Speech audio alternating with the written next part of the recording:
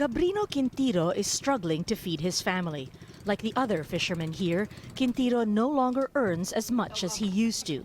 Not since they were driven away from their usual fishing grounds by the Chinese Coast Guard. They attacked us with water cannons for about an hour. I thought they wouldn't stop until our boats sunk. Since then, we've stopped fishing at Scarborough Shoal. We just make do with fewer catch in nearby waters.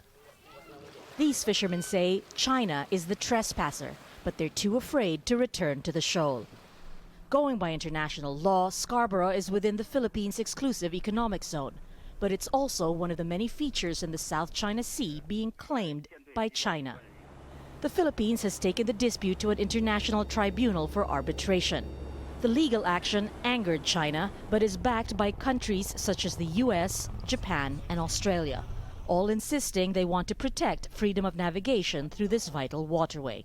The South China Sea, now a stage on which the struggle for regional dominance is playing out. China is just across these waters, but the Philippines is a former colony of the United States. The U.S. has maintained a military presence here since World War II, and the Philippines has relied heavily on that alliance. But the Philippines will be swearing in a new president soon, and he wants to approach the sea disputes differently. Rodrigo Duterte says he'd like to talk to China and find a way to work together for the benefit of all. Let's see if he can do it. He could actually negotiate his way in the middle.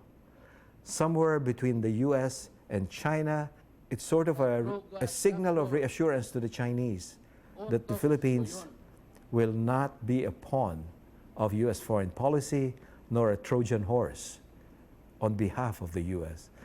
But the key is, does Duterte have the pragmatism and the statesmanship to be able to negotiate this position? The nuances of politics and diplomacy mean little here, but Quintiro voted for Duterte, who's known as a wildcard politician.